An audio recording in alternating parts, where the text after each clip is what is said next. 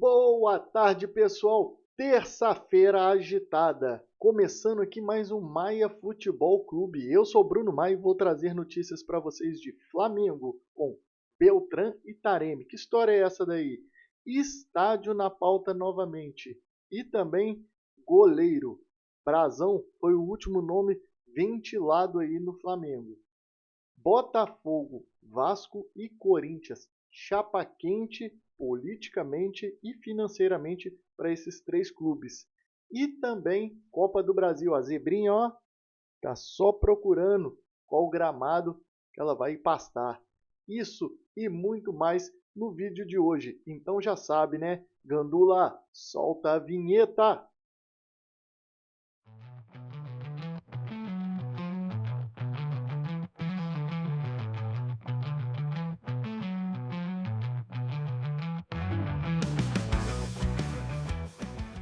E começando o vídeo de hoje, Flamengo.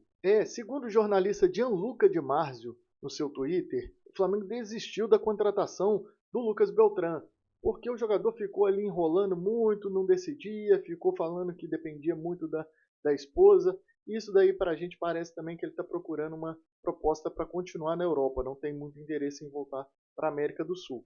Entre o Flamengo e a Fiorentina já estava tudo fechado. Até ontem também falaram aí nos meios de comunicação que só estava se discutindo a forma de pagamento, mas hoje o jogo virou.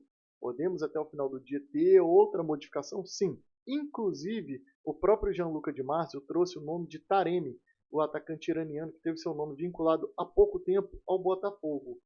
E, na minha opinião, é um jogador que não se enquadra na procura do Flamengo. Se a gente tivesse, por exemplo, o nome de Roger Guedes sendo vinculado ao Flamengo, seria muito mais aceitável esse tipo de especulação, porque as características são completamente diferentes. Roger Guedes se aproxima muito mais do Beltrán. Tá? Isso daí não é uma especulação, é só um método de fazer uma comparação em relação à parte das negociações e especulações que vem sido colocada aí em relação a esses jogadores de ataque no Flamengo.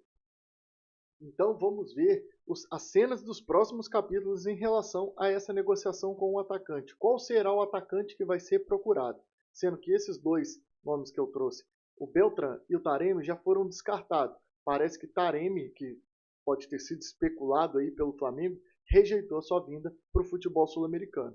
Então vamos ver qual que vai ser o próximo nome que vai aparecer, ou se vamos ter a reviravolta da reviravolta em relação ao nome do Beltrán. Beleza? Continuando em especulações no Flamengo, nome ventilado agora nos bastidores, Brazão, goleiro do Santos. A gente já sabe que o Matheus Cunha já está com a negociação fechada com o Cruzeiro para o ano que vem.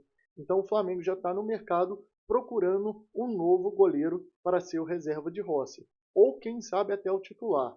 Alguns nomes que seriam interessantes. Carlos Miguel, que está de saída do Nottingham Forest.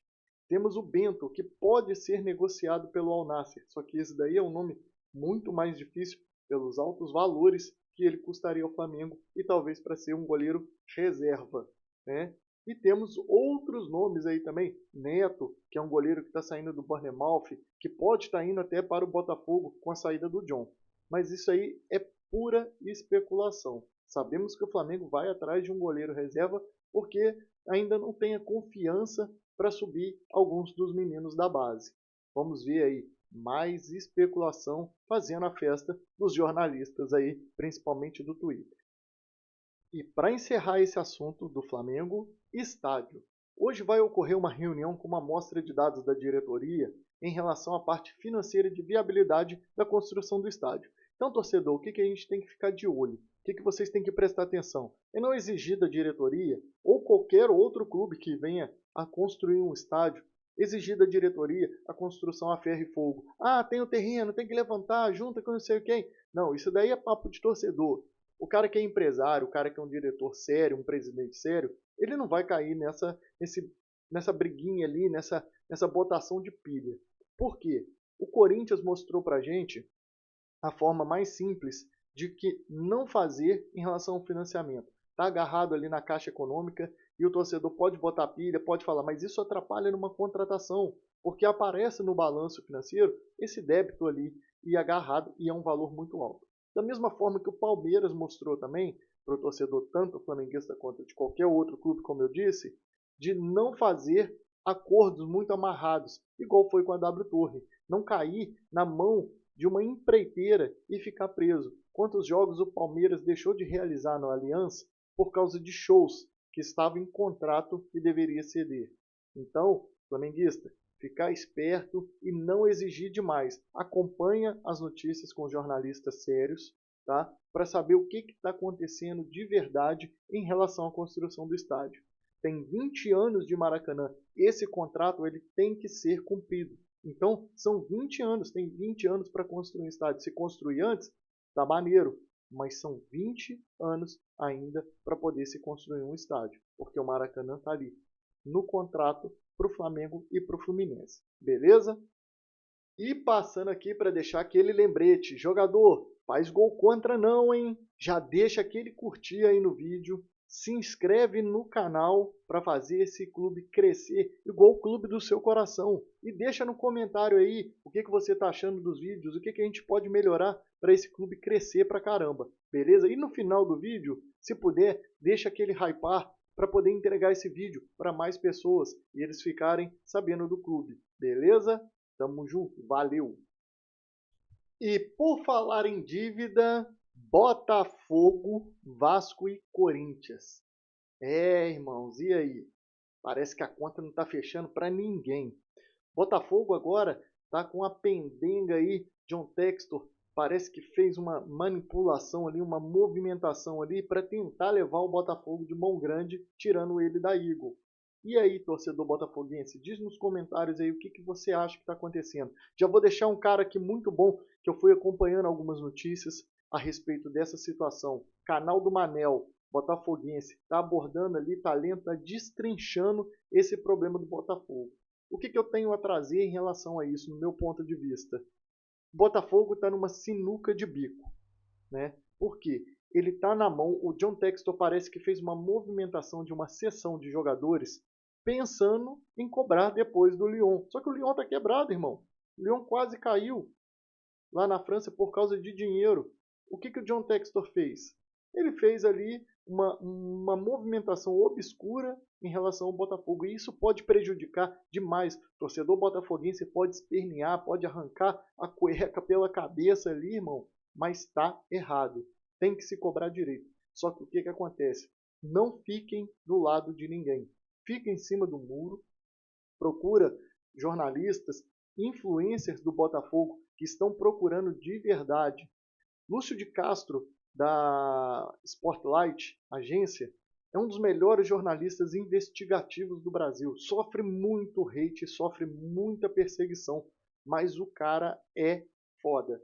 Então, torcedor botafoguense, fica de olho nas postagens do Lúcio para entender o que está acontecendo. Ele avisou lá atrás há muito tempo, da mesma forma que ele avisou muito. Ele avisou, inclusive, de situações que eram obscuras no Flamengo, situações obscuras de vários times, porque ele é um cara que ele vai lá a fundo mesmo para procurar notícia, só que a notícia que a gente não quer ouvir, e ele está lá de olho, incomoda muita gente. Então, torcedor botafoguense, vai lá, procura, por exemplo, como eu disse aqui no canal do Manel, para entender o que está acontecendo. E ó, é muito difícil entender, tá? É muito difícil, porque é uma situação muito complexa essa do Botafogo e vai influenciar, queira ou não queira o torcedor botafoguense, vai influenciar e muito, porque essa briga jurídica é de cachorro grande, é coisa muito grande que envolve a Europa, e o Botafogo a gente sabe que ele utilizava a ponte do Lyon para convencer vários jogadores a vir ao Botafogo. Ainda bem que o Botafogo teve uma boa campanha, se mostrou um time ali interessante para os jogadores no Mundial, conseguiu essa classificação para o Mundial também, ganhando a Libertadores. Mas qual foi o preço disso tudo? Né? Então o Botafogo vai ter que recalcular uma rota e o torcedor vai ter que realmente torcer para essa situação clarear logo no Botafogo. Mantendo no Rio de Janeiro, temos a situação do Vasco, também que entrou com uma recuperação judicial. Só que essa recuperação judicial do Vasco, ela é muito complexa também. É uma coisa muito difícil para o torcedor entender. Tem que se procurar também jornalistas ali que vão destrinchar essa parte financeira e explicar com carinho para o torcedor o que está acontecendo com o Vasco. A recuperação judicial, a hora que ele fala que ele precisa dessa recuperação, ele trava todas as movimentações. Hoje o torcedor chega e fala assim, tem que contratar. Irmão, sendo muito sincero, não dá para contratar. Vou utilizar até do meme do Flamengo lá, né, do Márcio Braga, lá naqueles tempos antigos de Flamengo, né, o Flamengo que todo mundo adorava. Irmão, acabou o dinheiro. O Vasco está desse jeito. Hoje o Vasco, para negociar alguma coisa, para ele pedir um adiantamento, para vocês entenderem, na justiça, para ele pedir um adiantamento, aliás, de qualquer dinheiro que tenha a receber, ele precisa da justiça. E se a justiça não autorizar, ele não pode adiantar esse dinheiro. Então é o famoso estar vendendo o almoço para comprar a janta. E o que é o grande problema isso para o torcedor vascaíno entender? Ele está amarrado de uma forma que isso daí, o Pedrinho, por exemplo, saindo ali da direção do Vasco, porque hoje é difícil até falar em relação à presidência do Vasco, né? Por causa da briga com a SAF, a briga do clube. O Pedrinho, quando ele sair, isso tudo que está ficando amarrado em relação a essa parte de recuperação judicial vai ficar para o próximo presidente. Aí vocês vão falar, poxa, o cara não faz nada. Não é que ele não faz, ele não pode, ele não consegue. E ó, torcer para ficar na Série A, porque se cair, a situação vai ficar mais difícil ainda. A gente tem um exemplo de um clube extremamente organizado que caiu e está passando muito aperto, que é o Atlético Paranaense. Mas isso a gente vem abordar um pouco mais para frente. Mas só para entender, um clube que tem uma organização, que tem um presidente ali que zela muito pelo clube, e olha o que está acontecendo com o Atlético Paranaense, está no meio de tabela de uma Série B. Né? Então o Vasco tem que torcer muito para não cair, para manter as receitas do clube altas da forma que tem em relação à parte de direito de transmissão e interessante também para jogadores, conseguir negociar jogadores para fora, ser uma vitrine melhor. Beleza, Vascaíno? Então fica de olho e diz aí nos comentários o que você acha disso. Beleza? Tamo junto. E mais um clube que apresenta problemas financeiros, que a gente já sabe de muito tempo, é o Corinthians. E os bastidores do Corinthians tá fervendo demais, porque temos essa iminência da volta do Augusto Melo ali, vai ter julgamento novamente. Tivemos a frase do Tuma Júnior em relação ao Corinthians ter que ser o Flamengo, que caiu como uma bomba, que não deveria cair como uma bomba, principalmente para o torcedor. O torcedor deveria exigir, porque ele não quer que o clube Corinthians se transforme em um clube Flamengo, mas sim em relação à organização. E hoje, no meu ponto de vista, isso é uma opinião minha, existem dois times no Brasil que são extremamente interessantes para você poder montar. E são dois times que estão assim numa situação precária que a gente está falando aqui no vídeo. Vasco e Corinthians. O Corinthians é um dos poucos times que não tem necessidade nenhuma, necessidade zero mesmo de virar SAF. Às vezes a gente vê algum torcedor, tem que virar SAF, aparecer algum cara. O Corinthians não precisa. O torcedor corintiano, fiel, tem que colocar isso na cabeça e exigir que entre uma pessoa que seja direito. Não ficar se pegando em falsas promessas, em promessas vazias, ou contrata um jogador ali, vira um oba-oba, e esse jogador, ele literalmente estupra o clube, igual a gente está vendo que está acontecendo aí. E em relação a essas coisas, olha como que vem borbulhando notícias aí de antigos presidentes, antigos mandatários, utilizando o cartão corporativo do Corinthians para utilização de gastos próprios. Ah, mas ele vai devolver. Irmão, a parada não é vai devolver, é não ter que usar. O corintiano tem que exigir isso. Não é chegar em uma negociação, olha quanto tempo tem que aconteceu isso e a negociação está agora. E se ninguém mexe nesses papéis? Quem levava ferro, corintiano, era você, que paga um sócio torcedor, que torce lá, que vai, pega um metrô, pega um estádio, num frio, numa chuva. Então, não seja, desculpa a palavra que eu vou usar aqui, mas otário. Porque é papel de otário que o corintiano está fazendo, da mesma forma que o botafoguense e o vascaíno, que são os três clubes que eu coloquei aqui, não exigir direito o que se deve exigir de uma diretoria de futebol. A transparência em primeiro lugar. Não caiam em lábia e bravatas das diretorias que vão se apresentar como salvadoras. Beleza? E encerrando o vídeo de hoje, Copa do Brasil. a volta das oitavas de final. E temos a zebra de olho, secadores ligados, torcedores e aí desesperados para o que pode acontecer nessa rodada. Tenho 4 jogos aqui especiais que a zebra está de olho.